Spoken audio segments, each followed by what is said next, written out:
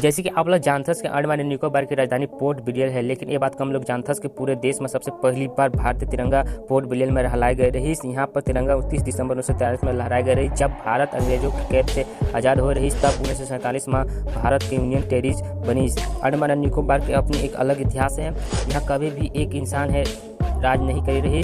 17वीं शताब्दी तक अंडमान एंड निकोबार पर मराठाओं के शासन रही, बाद में अंग्रेज के शासन रही। जब सेकेंड वर्ल्ड वॉर चलत रही तब वो दौरान जापान है अपन कब्जा जमाए रही। इस दौरान आइलैंड में 3 साल तक जापान है कब्जा करी रही। और नेताजी सुभाष चंद्र बोस के आज़ाद हिंद फौज है ती अंडमान एंड निकोबार के अपन अंडर रखे रही। अंडमान एंड निकोबार के नाम पूरे दुनिया जानथस और टूरिस्ट के फेवरेट जगह में से एक हवे। और एक होके के बाद भी यहाँ लोग पूरी तरह से घूमे नहीं पाते पूरा आइलैंड में। इस द्वीप में इस द्वीप के कुल 500 बेहतरीन आइलैंड में से सिर्फ 36 आइलैंड ही है घूमे जा सकते। एक अलावा ये आइलैंड में घूमे और रहे खातिर लायक नहीं रही।